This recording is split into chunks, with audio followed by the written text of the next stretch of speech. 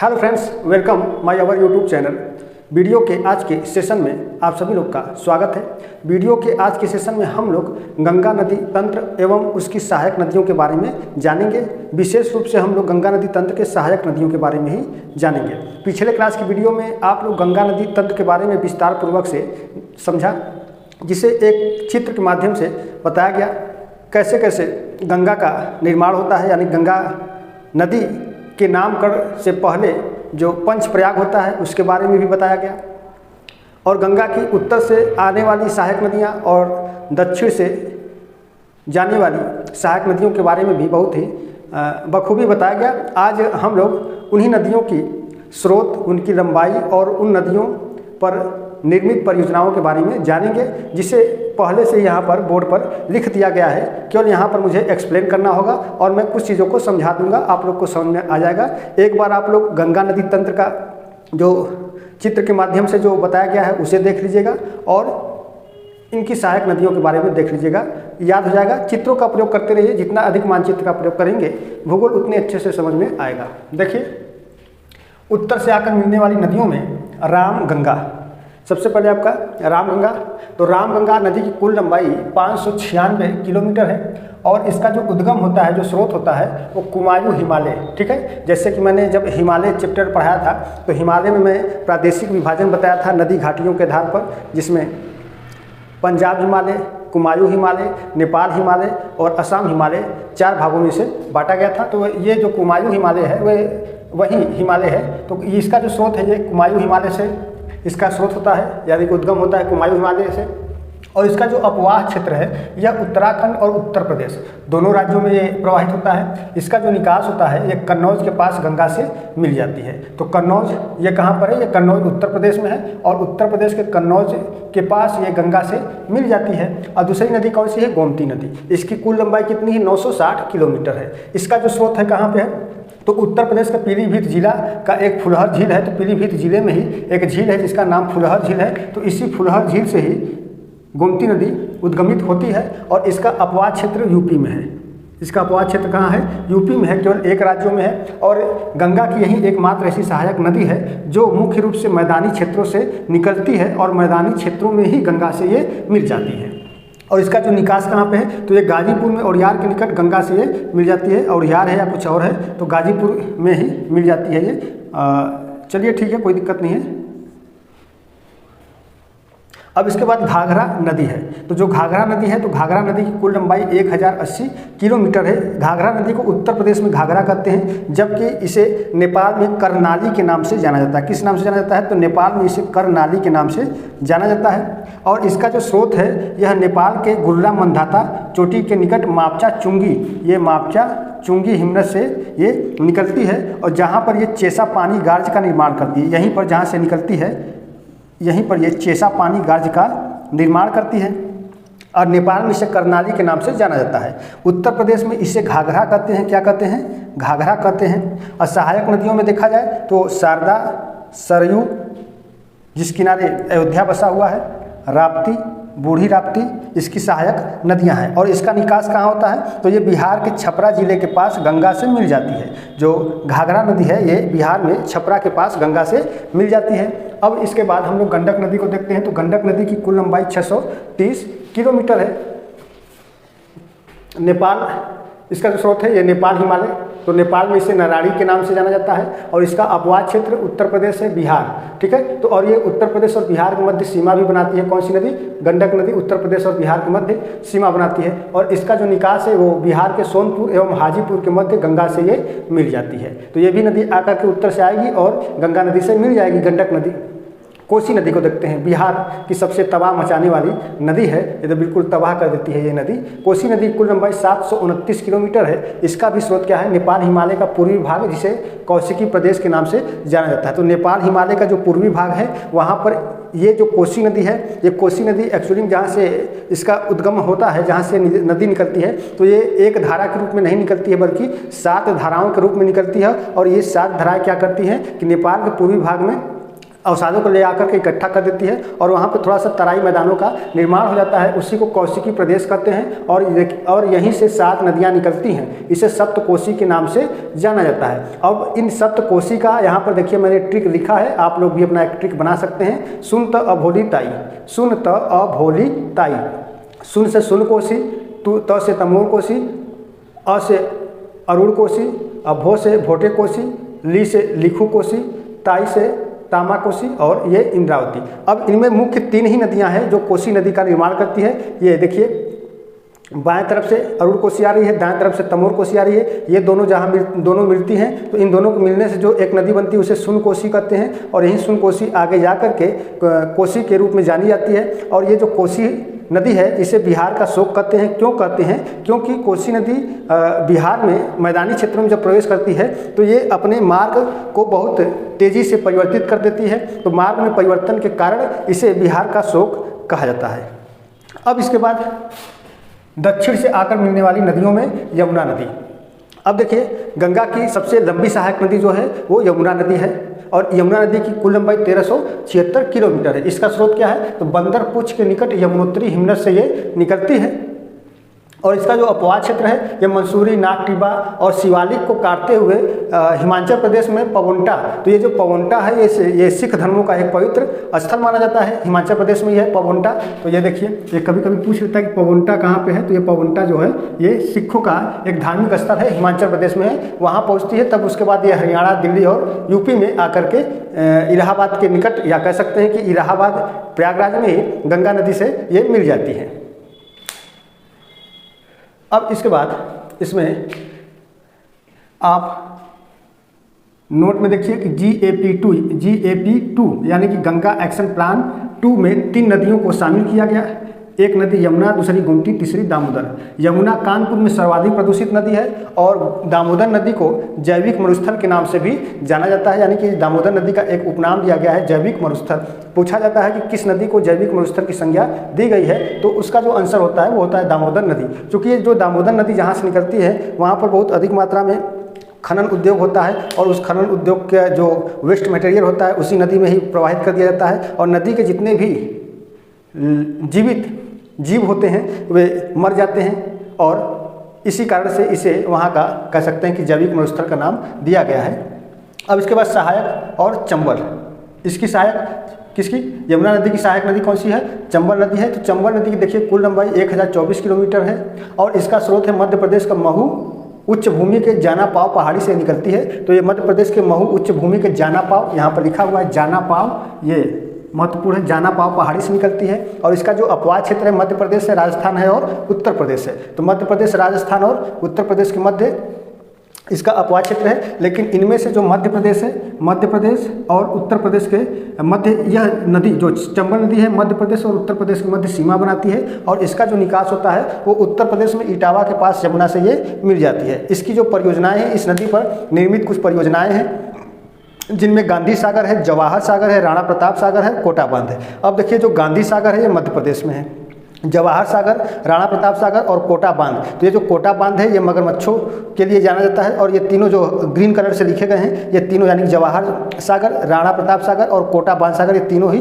राजस्थान में है, जबकि गांधी सागर मध्य प्रदेश में है। अब इसके बाद हम लोग इनकी भी सहायक नदियों के बारे में जानेंगे। इसके लिए हमें इसको मिटाना पड़ेगा। आप लोग नोट कर लिए हैं तो ठीक है, नहीं तो आप लोग एक काम करिए, इसका स्क्रीनशॉट ले लीजिए और इसका एक PDF आप लोग तैयार कर लीजिए। इसमें आपको लिखने की जरूरत नहीं पड़ेगी, बस आप इसको याद कर सकते हैं। तो PDF भी आप तैयार कर सकते हैं, कोई दिक्कत नहीं। ठीक है, मैं इसको फिर मिटा रहा हूँ।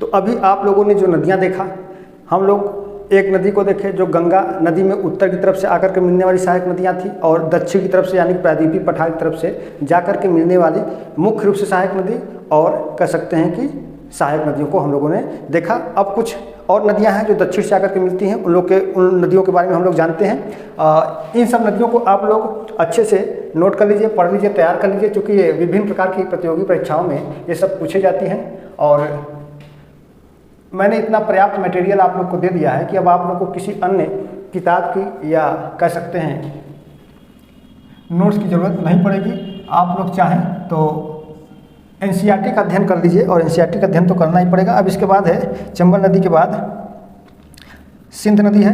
कौन सी नदी है? सिंध नदी, ठीक है, सिंध नदी है। तो सिंध नदी, इसका जो स्रोत है, सिंध नदी का स्रोत, यदि इसके स्रोत की बात करें तो विंध्य पर्वत,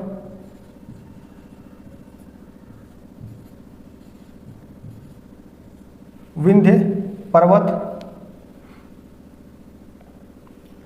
और आप इसमें मालवा का पठार भी ऐड कर सकते हैं, मालवा का पठार।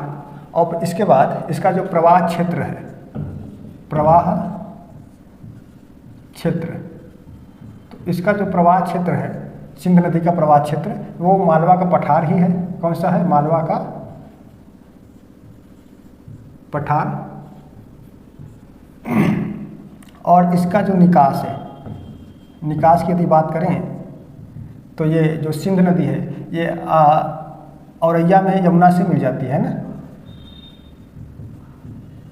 औरैया में यमुना से मिल जाती है। अब देखिए ये यमुना की सहायक नदी है, औरैया में यमुना से मिल जाती है, ठीक है। अब इसके बाद हम लोग दूसरी नदी को देखें तो बेतवा नदी है। बेतवा नदी है, इसका एक ट्रिक भी है कि बेटवा हमार, केकर बेटवा तो हमार बेटवा। तो बेटवा हमार मतलब जो बेतवा नदी है वो हमीरपुर में जाकर के मिलती है। इसका भी स्रोत वही है। इसका भी स्रोत क्या रहेगा? उपयुक्त नदी का जो स्रोत है विंध्य पर्वत, मालवा का पठार, तो इसका भी स्रोत हो जाएगा विंध्य पर्वत, विंध्य पर्वत और मालवा का पठार, मालवा का पठार। अपवाह क्षेत्र की यदि बात करें, इसके यदि अपवाह क्षेत्र की बात करें तो इसका जो अपवाह क्षेत्र है मालवा का पठार प्लस बुंदेलखंड का पठार,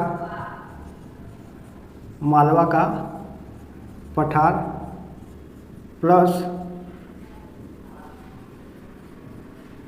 बुंदेलखंड का पठार, और इसके अलावा यह मध्य प्रदेश प्लस उत्तर प्रदेश में ये प्रवाहित होती है। और निकास तो मैंने अभी बताया ही कि हमीरपुर, इसका जो निकास है ये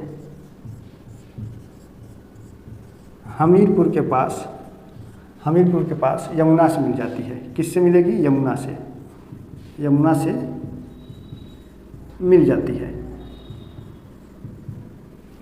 अब इसके बाद इसी पर निर्मित परियोजनाएं हैं जो बहुत मोस्ट इम्पॉर्टेंट है।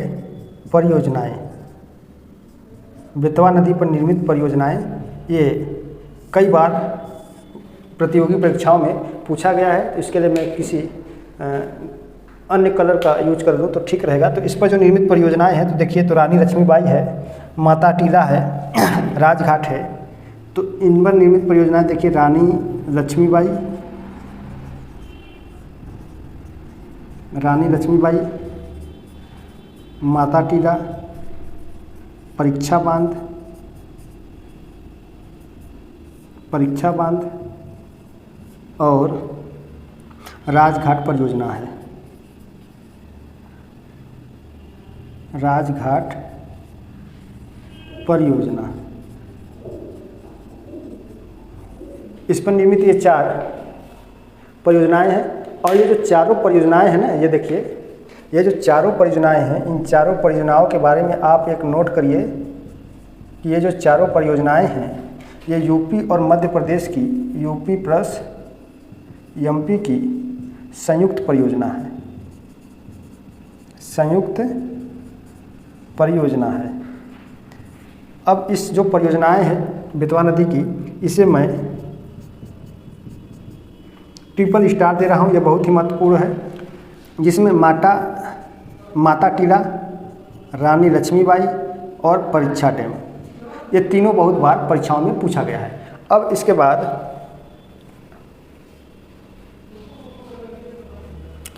केन नदी है, टोंस नदी है। तो अब यहाँ पर एक लाइन में खींच दूँ। अब ये हो गया केन नदी। तो यदि केन नदी के स्रोत की बात करें तो केन नदी का स्रोत क्या है? तो विंध्य पर्वत का भारनेर शिखर, विंध्य पर्वत का भारनेर, या इसी को भांडेर भी कहते हैं, इसी को भांडेर भी कहेंगे, ठीक है ना, भांडेर भी कहेंगे। इसका अपवाह एमपी प्लस यूपी में है, एमपी प्लस यूपी में अपवाहित होती है।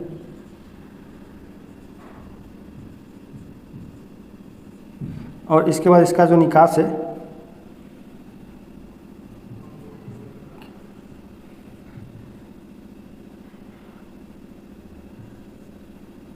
निकास जो है इसका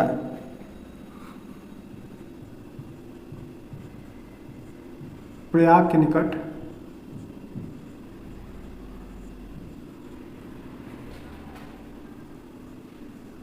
यमुना से मिल जाती है, यमुना से मिल जाती है। अच्छा, इसका जो अपवाद क्षेत्र वो एमपी और यूपी नहीं होगा, केन नदी है ना, तो केन नदी का जो अपवाद क्षेत्र होगा वो बुंदेलखंड का पठार होना चाहिए। अपवाद, फिर से मैं लिख देता हूँ यहाँ पर, अपवाद क्षेत्र, अपवाह क्षेत्र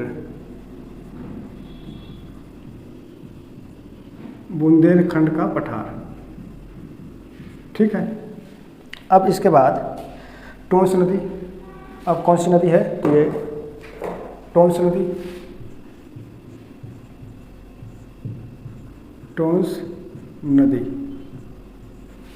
यदि इस नदी के स्रोत की बात करें तो टोंस नदी के जो स्रोत है वो भी विंध्य पर्वत ही है। यदि इसके स्रोत की आप बात करें तो विंध्य पर्वत, विंध्य पर्वत, यानी कि आप ये कह सकते हैं कि जितना गंगा नदी के अपवाद क्षेत्र में जितना रोड हिमालय का है, उसका आधा रोड विंध्य पर्वत श्रेणियों का है, मालवा के पठार का है, चंबल के पठार का है, क्योंकि यहीं से भी कुछ नदियाँ दक्षिण से निकलती हैं और जाकर के गंगा नदी में इसके दाहिने साइड से मिल जाती हैं। तो विंध्य पर्वत है। इसके बाद इसके अपवाद क्षेत्र की बात करें, अपवाह क्षेत्र, यदि इसके अपवाद क्षेत्र में यदि आप देखें तो ये बांधेर खंड का पठार होता है,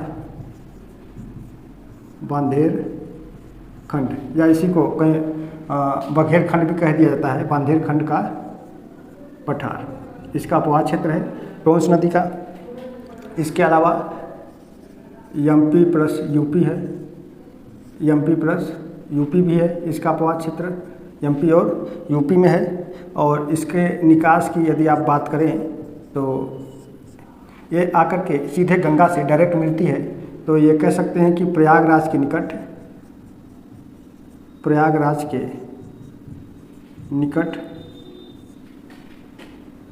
सिरसा में गंगा से मिलती है, गंगा से मिल जाती है, ठीक है।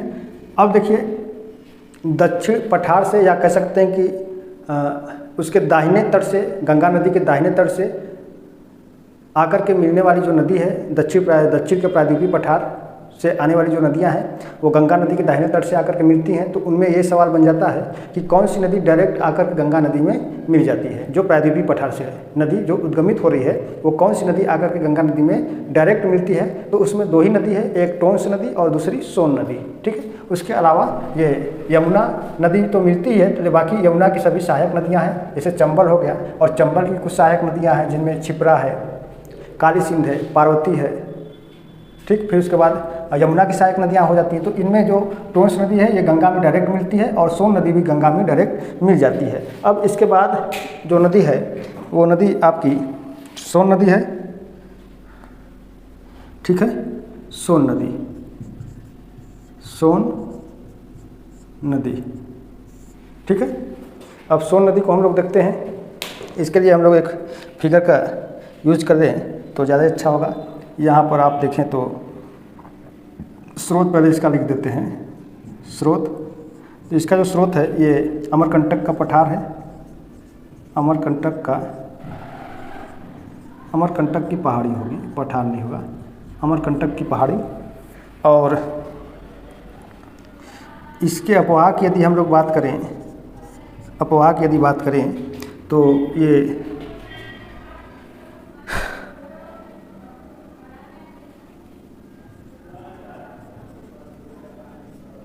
सोनापार, कैमूर पहाड़ी, सोनापार कैमूर पहाड़ी, ठीक है। इसके अलावा छत्तीसगढ़ है, मध्य प्रदेश है ना। तो सबसे पहले एमपी, यूपी, छत्तीसगढ़ और बिहार और झारखंड, तो इतने राज्यों से एक ये प्रवाहित हो रही है। मध्य प्रदेश है, उत्तर प्रदेश है, छत्तीसगढ़ है, बिहार है और झारखंड है। इसके सहायक की यदि हम लोग बात करें तो सहायक में एक रिहंद नदी है। कौन सी नदी? रिहंद नदी, ठीक है। और इस पर एक बहुत बड़ा बांध भी बनाया गया है जिसे रिहंद डैम के नाम से जाना जाता है। एवं कनहर नदी, ठीक। अब इनमें आप एक फिगर के माध्यम से देखें तो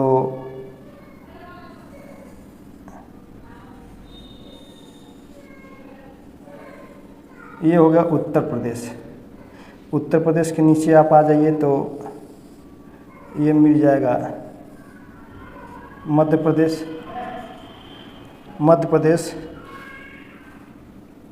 उत्तर प्रदेश से ही लगा एक राज्य मिलेगा बिहार, और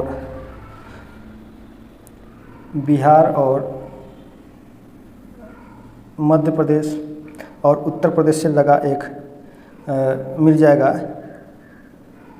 यहाँ पर झारखंड और छत्तीसगढ़, ठीक।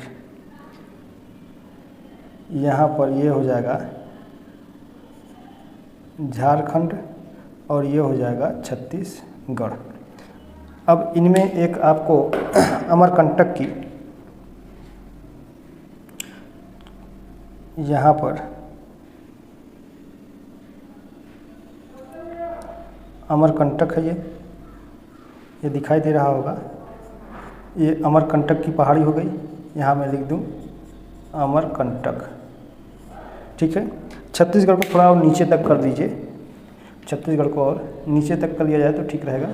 यहाँ से यहाँ तक ये हो गया। अब इसी अमरकंटक से ही सोन नदी देखिए प्रवाहित होगी, अमरकंटक से ही सोन नदी प्रवाहित होगी। सबसे पहले ये यहाँ से, ठीक है, और बिहार और झारखंड की सीमा बनाते हुए ये आगे जाकर के गंगा नदी में ऐसे ये मिल जाएगी। ये कौन सी नदी है? ये गंगा नदी है, ठीक है। तो ये बिहार और झारखंड की सीमा बनाते हुए ये जाकर के गंगा नदी में ये मिल जाएगी। और जहाँ मिलेगी सोन नदी, कहाँ मिलेगी? अब इसके बाद कुछ चीज़ों को यहाँ पर नोट कर लीजिए। तो यहाँ पर आप देखें तो इसी के नज़दीक ओबरा है, जहाँ पावर प्लांट स्थापित किया गया है। इसी के नज़दीक मध्य प्रदेश में सिंगरौली मिलेगा, जहाँ से कुछ मात्रा में कोयले के खान हैं। और यहीं छत्तीसगढ़ में दो चीज़ मिलेंगे, तो ये है ताता पानी, ऊपर ताता पानी, और नीचे रामकोला,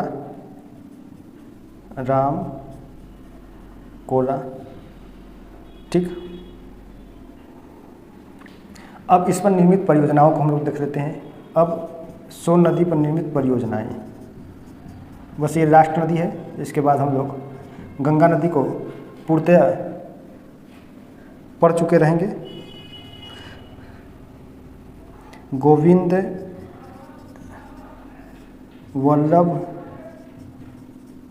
वल्लभ पंत सागर ये परियोजना है। और ये जो परियोजना है गोविंद वल्लभ पंत सागर, ये परियोजना निर्मित किया गया है। इसका जो निर्माण हुआ है, इसका निर्माण हुआ है रिहंद नदी या बांध में। और ये जो परियोजनाएं हैं ये यूपी प्लस एमपी